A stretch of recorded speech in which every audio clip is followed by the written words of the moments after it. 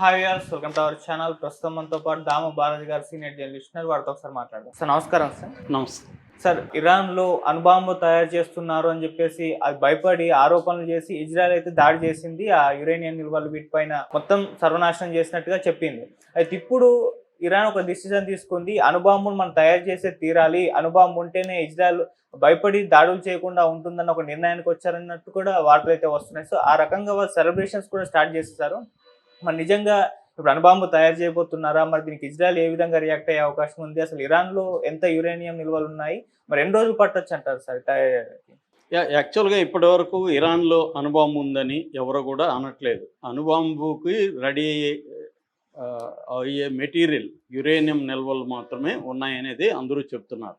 అంటే వాళ్ళు 2 వారాల్లో అణుబాంబు తయారు చేయగలరు అనేది, కాబట్టి ధ్వంసం చేయాలి అనేది ఇజ్రాయెల్ కానీ అమెరికా కానీ చెప్పింది. ఆ నిల్వల్ని ధ్వంసం చేయడం కోసం మేము అటాక్ చేస్తామని ఇజ్రాయెల్ చెప్పుకుంటుంది, అమెరికా కూడా చెప్పుకుంటుంది. అమెరికా నిల్వల మీద మాత్రమే బాంబులు వేశారు, కానీ ఇజ్రాయెల్ మాత్రం వాళ్ళ మిలిటరీ ఆఫీసర్లను చంపేశారు, ఇంటెలిజెన్స్ అధికారులను చంపేశారు, సైంటిస్టులను ఒక 10 మందిని చంపేశారు, సివిలియన్స్ని 1000 మందికి పైన, పౌరులు పిల్లల్ని, విమెన్, ఇస్రాయల్ని, వీళ్ళందరినీ కూడా 1000 మందిని చంపేశారు. ఇంకా వాళ్ళ సివిలియన్ ఇన్ఫ్రాస్ట్రక్చర్ మీద కూడా బాంబులు వేశారు, ఆయిల్ ఫెసిలిటీస్ మీద, ఎయిర్పోర్ట్ల మీద, అవన్నీ చేశారు.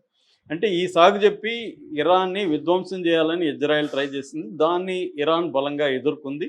వీళ్ళకి జరిగినంత నష్టం జరగకపోవచ్చు, కానీ ఇజ్రాయెల్కి కూడా బలమైన నష్టాన్ని ఇరాన్ చేయగలిగింది. ఇంత ప్రాణ నష్టం, ఇంత సివిల్ ఇన్ఫ్రాస్ట్రక్చర్ నష్టం జరగలేదు. కాకపోతే ఇజ్రాయెల్లో మిలిటరీ పరంగా పెద్ద ఎత్తున నష్టం జరిగింది, కానీ ఇజ్రాయెల్ అది బయటికి చెప్పట్లేదు. ఎందుకంటే ఇంటర్నేషనల్ మీడియాని ఇజ్రాయెల్ అలో చేయదు లోపలికి, ఇరాన్ కూడా అలో చేయదు. కానీ ఇరాన్ నష్టం తెలిసిపోతుంది, ఇజ్రాయెల్ది తెలియట్లేదు అనేది చాలామంది చెప్తున్నారు. ఏదేమైనా నష్టాలు ఇరువైపులా జరిగాయి. ఇప్పుడు ఇరాన్ ఏం ఆలోచిస్తుందంటే, ఇరాన్ పాయింట్ ఆఫ్ వ్యూ నుంచి అనేక మంది మేధావుల ఇంటర్వ్యూలు నేను చూశాను. వాళ్ళు చెప్తున్నది ఏంటంటే, మా దగ్గర బాంబు లేదు, ఇజ్రాయెల్ దగ్గర ఆల్రెడీ 1958 నుంచే వాళ్ళు చేస్తున్నారు. వాళ్ళ దగ్గర దాదాపు 90 నుంచి 200 వరకు వార్ హెడ్స్ ఉన్నాయి, న్యూక్లియర్ వార్ హెడ్స్. అమెరికా వచ్చి సెకండ్ హైయెస్ట్. ఫస్ట్ రష్యాలో 6000 ఉంటే అమెరికాలో 5400 న్యూక్లియర్ వార్ హెడ్స్ ఉన్నాయి. అంటే 2 న్యూక్లియర్ పవర్స్ న్యూక్లియర్ పవర్ లేని ఇరాన్ మీద దాడి చేసింది. ఆల్రెడీ ఇరాను నాన్ ప్రొలిఫరేషన్ ట్రీటీలో భాగస్వామిగా ఉంది, ఇజ్రాయిల్ లేదు. ఆల్రెడీ మేము atomic energy agency, international atomic energy ఏజెన్సీని మా దేశంలో ఇన్స్పెక్షన్కి మేము ఒప్పుకున్నాం. లాస్ట్ ఇయర్ కూడా 15 టైమ్స్ మా దేశంలో ఇన్స్పెక్షన్ చేశారు, మేము సంతకం చేసాం. అలాగే ఇజ్రాయెల్స్ అలో చేయట్లేదు, ఎవరిని ఇన్స్పెక్షన్కి అలో చేయట్లేదు. మరోవైపు మేము 2015లో ఒబామా గవర్నమెంట్లో కాంప్రహెన్సివ్ ఒక దాని ఒప్పందం అంటారు, comprehensive joint comprehensive plan of action అంటారు. ఈ జాయింట్ కాంప్రహెన్సివ్ ప్లాన్ ఆఫ్ యాక్షన్లో మేము సంతకం చేసాం. 5 శాశ్వత యుఎన్ సెక్యూరిటీ కౌన్సిల్లో శాశ్వత సభ్యులైన UK, US, Russia, China, France plus Germany, EU, ఈ దేశాలతో మేము ఒక ఒప్పందం చేసుకున్నాం. సో ఆ ఒప్పందాన్ని ఆ ఒప్పందం నుంచి క్యాన్సిల్ చేసింది ఎవరు? మళ్ళీ ట్రంపే చేశాడు 2018లో. సో మా దగ్గర బాంబు లేదు, మేము ఇంటర్నేషనల్ చట్టాలకు కట్టుబడి ఉన్నాము, మేము సివిలియన్ పర్పస్ల కోసమే యురేనియంని శుద్ధి చేస్తున్నాం, న్యూక్లియర్ వెపన్స్కి చేయట్లేదు. అయినా 2 న్యూక్లియర్ పవర్స్ మీద దాడి చేసినప్పుడు మాకేమర్థమైందంటే, మన దగ్గర న్యూక్లియర్ వెపన్ లేకపోవడం తప్పైంది, ఉనుంటే వీళ్ళిద్దరు ధైర్యం చేసేవాళ్ళు కాదు. అందుకనే ఇప్పుడు ఇండియా మీద పాకిస్తాన్ మీద ఇండియాను సీరియస్ యుద్ధానికి ధైర్యం చేయరు, ఎందుకంటే ఇద్దరి దగ్గర న్యూక్లియర్ వెపన్స్ ఉన్నాయి. 2 న్యూక్లియర్ స్టేట్స్ ఎప్పుడు కొట్టుకోరు, ఎందుకంటే భయం ఉంటుంది. న్యూక్లియర్ లేని నా దగ్గర కూడా మంచి పవర్ ఉంది, వెపన్స్ ఉన్నాయంటే నువ్వు నా మీద అటాక్ చేయడానికి భయపడతావు. నేను నీ దగ్గర ఉన్నాయంటే నీ దగ్గర చేస్తాను. నువ్వు బలహీనంగా ఉన్నావు అనుకుంటే నేను వచ్చేస్తా, నేను బలహీనంగా ఉంటే నువ్వు, ఇది కామన్ సైకాలజీ. సో ఇరాన్ ఇప్పుడు అది అర్థమైంది ఇరాన్కి. అందుకని ఇప్పుడు వాళ్ళు ఏం చేస్తారంటే, ఆటమిక్ ఎనర్జీ ఏజెన్సీతో ఉన్న ఒప్పందాన్ని పక్కన పెట్టేసింది వాళ్ళ పార్లమెంటు. మిమ్మల్ని మేము అలో చేయం మా దేశంలోకి అని చెప్పేసింది. అట్లాగే వీళ్ళు ఏమంటున్నారు, ఈ 2 దేశాలు, అమెరికా కానీ ఇజ్రాయెల్, మేము వాళ్ళ యురేనియంని కంప్లీట్గా ధ్వంసం చేసాం, స్టాక్ ఫైల్ అంటారు దాన్ని, నేను మళ్ళీ ఎక్స్ప్లెయిన్ చేస్తాను. అది ఆ యురేనియం స్టాక్ ఫైల్ని మేము ధ్వంసం చేశామని ఇటు ఇజ్రాయెల్ అంటుంది, ఇటు అమెరికా ట్రంప్ అంటున్నాడు. సో కొన్నేళ్ల వరకు వాళ్ళు వెపన్స్ తయారు చేసే పరిస్థితి లేదని వీళ్ళిద్దరూ చెప్తున్నారు. అయితే అమెరికాలో ఉండే పెంటగాన్ అనే ఒక హెడ్ క్వార్టర్స్ ఉంటుంది అమెరికాలో. ఆ పెంటగాన్ హెడ్ క్వార్టర్ బిల్డింగ్లో డిఫెన్స్ ఇంటెలిజెన్స్ ఉంటుంది వాళ్ళకి. డిఫెన్స్ ఇంటెలిజెన్స్ ఏజెన్సీ ఒక డాక్యుమెంట్ సబ్మిట్ చేసింది గవర్నమెంట్కి. ఆ డాక్యుమెంట్ లీక్ అయింది. న్యూయార్క్ టైమ్స్, CNN ఇలాంటి వాటిల్లో మీడియా హౌస్లు దాన్ని బయట పెట్టాయి.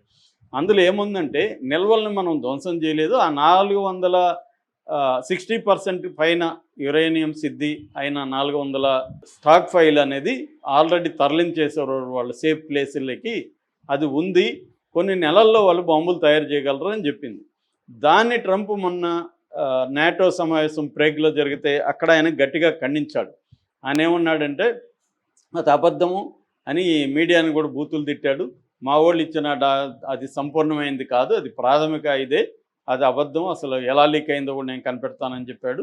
సో అది అబద్ధము, కంప్లీట్గా ఓబ్లిటరేటెడ్ అన్నాడు. కంప్లీట్గా మేము నాశనం చేశాము, వాళ్ళు ఇంకొన్నేళ్ళు పడుతుంది అని ట్రంప్ కూడా చెప్తున్నాడు. కానీ ఇరాన్లో వస్తున్న వార్తలు ఏంటంటే ఇంటర్నేషనల్ మీడియా కానీ ఇంటర్నేషనల్ సమాజం కానీ భయపడుతుండేది. ఇరాన్లో యురేనియం ఆ 400 కేజీలు వాళ్ళ దగ్గర భద్రంగా ఉంది వేరే చోట. ఈ దాడులకు ముందే వీళ్ళకి ఇన్ఫర్మేషన్ అమెరికానే ఇచ్చింది, మేము దాడులు చేయబోతున్నాం అని. ఏది ఫార్దో అండ్ నతాంజ్ అండ్ ఇస్ఫహాన్ 3 సైట్ల మీద. సో దాంతో ఫార్దోలో ఉంటున్న ఈ 400 కేజీల శుద్ధి చేసిన యురేనియంని మేము బయటికి తీసుకొచ్చేసుకున్నాము. ఇది కొన్ని వారాల్లో ఆటమిక్ బాంబ్గా తయారవుతుంది. మా సైంటిస్టులను 10 మంది జంప్ ఉండొచ్చు, ఇంకా చాలామంది ఉన్నారు మాకు. సో మాకు మెటీరియల్ ఉంది, బ్రెయిన్స్ ఉన్నాయి, మేము తయారు చేస్తాం, తయారు చేయడమే కరెక్టు అనేది ఇప్పుడు ప్రజలు కూడా డిమాండ్ చేస్తున్నారు. నిన్న సంబరాలు చేసుకున్నారు దేశమంతా. ముఖ్యంగా తెహరాన్లో, గోము, మషద్, గోర్గాం ఈ ఏరియాల్లో, ఈ సిటీస్లో పెద్ద ఎత్తున జనం వచ్చి చేసుకున్నారు. వీళ్ళ నేషనల్ మీడియా కూడా దీన్ని ప్రచారం చేసింది. పార్స్ అని, అట్లాగే ఇరాన్ స్టేట్ మీడియా, ఈ 2 కూడా ప్రచారం చేసిందన్నమాట. అందులో ఇది హిస్టారిక్ ట్రయంప్, హిస్టారిక్ చారిత్రక విజయంగా వాళ్ళు చెప్పుకుంటున్నారు. వాళ్ళు victory celebration Angel of square అంటారు. ఇది అంటే రెవల్యూషనరీ స్క్వేర్ అని ఒక ఉంది. ఆ స్క్వేర్లో జనం వచ్చి తెహరాన్లో సాయంత్రం 6 గంటలకి దీపాలు పట్టుకొని, తర్వాత జెండాలు పట్టుకొని పెద్ద ఎత్తున సెలబ్రేట్ చేసుకున్నారు. సో మేము వాళ్ళు గవర్నమెంట్ని ఏమంటున్నారంటే ప్రజలు కూడా న్యూక్లియర్ బాంబు తయారు చేయడమే కరెక్టు, మన దగ్గర ఉంటే వాళ్ళు ఇప్పుడు అటాక్ చేసేవాళ్ళు కాదు కదా అంటున్నారు. అయితే ఇది సామర్థ్యం ఉందా లేదా అనేది మధ్య ఎక్స్పర్ట్లు ఏమంటున్నారంటే అసలు యురేనియం అంటే ఏంటి? యురేనియం అనేది nuclear occurring and heavy radioactive metal. అది దీని కెమికల్ సింబల్ యు అంటారు, యురేనియం కాబట్టి యు. Atomic number 92. మామూలుగా దీని సంఖ్య చెప్పేటప్పుడు U-238 అంటారు. ఈ U-230 అనేది బేస్ మెటల్ అనమాట. ఈ బేస్ మెటల్ని శుద్ధి కార్యక్రమం చేస్తారు, ఒక గ్యాస్ దీని ద్వారా శుద్ధి కార్యక్రమం చేస్తారు. ఈ శుద్ధి కార్యక్రమం ఎక్కడికి చేస్తారంటే ఫిసైల్ ఐసోటాప్ యురేనియం 235గా దీన్ని మారుస్తారు. ఫిసైల్ ఐసోటాప్ యురేనియం 235 అనేది 60% ఉంది వాళ్ళ దగ్గర ఇప్పుడు అనేది చెప్తున్నారు. 400 కేజీలు వాళ్ళు ఇలా చేశారు. ఫిసైల్ అంటే స్ప్లిట్ అవ్వడం వల్ల అది ఎనర్జీని బయటకు వస్తుంది అనమాట. ఇది మామూలుగా సివిల్ పర్పస్లకి న్యూక్లియర్ బాంబుకి రెండింటికి వాడతారు యురేనియం. సివిల్ పర్పస్లకు వచ్చి ఎలక్ట్రిసిటీకి న్యూక్లియర్ పవర్ ప్లాంట్స్ మన ఇండియాలో కూడా ఉన్నాయి, అట్లా ఇరాన్లో ఉన్నాయి. అట్లాగే మెడికల్ ఐసోటోప్కి వాడతారు, క్యాన్సర్కి, వాటికి. ఇండస్ట్రియల్ అప్లికేషన్కి వాడతారు, తర్వాత రీసెర్చ్కి వాడతారు, తర్వాత స్పేస్ మిషన్లకి కూడా యురేనియం వాడతారు. దీన్ని సివిలియన్ పర్పస్లకి అని చెప్తున్నారు. ఇప్పటివరకు ఇరాన్ కూడా అదే చెప్తుంది. సో అయితే దీన్ని మామూలుగా సివిలియన్ పర్పస్కి అయితే ఈ ప్యూరిటీ అనేది 3 నుంచి 5% ఉంటే సరిపోతుంది. లేదు రీసెర్చ్ రియాక్టర్స్ కోసం కావాలనుకుంటే 20% వరకు ప్యూరిటీ ఉంటే సరిపోతుంది. కానీ వీళ్ళు 60% చేశారనేది కంప్లైంట్ వీళ్ళ మీద. 60% చేస్తే డేంజర్ అది. ఎందుకంటే న్యూక్లియర్ గ్రేడ్ వెపన్ తయారు చేయడానికి 90% ప్యూరిటీ ఉండాలి. 60% చేయడం కష్టం, కానీ 60 నుంచి 90కి వెళ్ళడం ఈజీ, 2-3 వారాల్లో వెళ్ళిపోవచ్చు అనేది సైంటిస్టులు కానీ ఎక్స్పర్ట్లు కానీ చెబుతున్నారు. అంటే ఇరాన్ దగ్గర రెడీగా ఉంది. అయితే ఇప్పుడు ఫర్దర్లో నాశనం చేయలేదు మెటీరియల్ అని చెప్తున్నారు కాబట్టి ముందే 16 ట్రక్కుల్లో ఆ మెటీరియల్ని బయటికి తీసుకొచ్చేసారు కాబట్టి వీళ్ళు సైంటిస్టులు చనిపోయినా 10 మంది చనిపోయినా ఇంకా ఉన్నారు కాబట్టి ఇప్పుడు వీళ్ళు కనీసం వారాలు కాకపోయినా నెల 2 నెలలు 3 నెలల్లో తయారు చేయగలరు. అయితే కొంతమంది ఏం చెప్తున్నారంటే ఇలా తయారు చేస్తే సరిపోదు, న్యూక్లియర్ వెపన్ వార్ హెడ్ తయారు చేయొచ్చు కానీ అది ఫంక్షన్లోకి రావాలంటే అంటే వేయడానికి రావాలంటే దానికి కనీసం 2-3 ఏళ్ళు పడుతుంది అని చెప్తున్నారు. అంటే ఫర్ ఎగ్జాంపుల్ కూడా వాళ్ళు ఏం చెప్తున్నారంటే అమెరికాలో ఉండే మ్యాన్హాటన్ ప్రాజెక్ట్కి 4 ఏళ్ళు పట్టింది న్యూక్లియర్ రెడీగా డెలివరబుల్ అంటారు, డెలివరబుల్ అవ్వడానికి.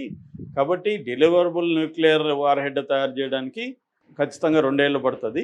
కాకపోతే ప్రాసెస్ స్టార్ట్ అయితే మాత్రం డేంజరు. ఎందుకంటే వీళ్ళ దగ్గర 400 కేజీలు ఉన్నాయి కాబట్టి ఒక 9 నుంచి 10 న్యూక్లియర్ చేయొచ్చు. ఒకదానికి 25 కేజీలు సరిపోతుంది. వీళ్ళ దగ్గర 400 ఉన్నాయి కాబట్టి మినిమం 10 అయితే ఈజీగా చేయగలరు అనేది చెప్తున్నారు. సో ఇది న్యూక్లియర్ ఉందా లేదనేది నిజానికి ఎవరికి అవసరం లేదు ఇక్కడ, అమెరికాకి కానీ ఇజ్రాయెల్కి. ఇరాన్ని బలహీనపరిచి మిడిల్ ఈస్ట్లో ఒక స్ట్రాంగ్ ప్లేయర్గా ఉండాలని ఇజ్రాయెల్ అనుకుంటుంది. క్లీనింగ్ చేసి, ఎవరిని క్లీన్సింగ్ అంటారు దాన్ని, క్లీన్సింగ్, పాలస్తీనా వాళ్ళని వాళ్ళ భూభాగం నుంచి కంప్లీట్గా బయటికి తరిమేసి ఉండే వాళ్ళని చంపేసి లేదా ఆకలితో మలమలమాడేట్టుగా చేసి ఆ ప్రాంతాలంతా తాము ఆక్యుపై చేసుకొని ఒక గ్రేటర్ ఇజ్రాయెల్గా ఏర్పడాలి, మిడిల్ ఈస్ట్లో డామినేట్ చేయాలనేది ఇజ్రాయెల్ గోల్. ఇదే అమెరికాకు కూడా కావాలి. కాబట్టి న్యూక్లియర్ వెపన్ ఉందా లేదనేది ఇంపార్టెంట్ కాదు. ముఖ్యంగా ఇజ్రాయెల్కి ఇరాను అమెరికా కొట్టుకోవడం అవసరం, అందుకనే అది రెచ్చగొడుతుంది. 20 ఏళ్లలో సక్సెస్ అయింది.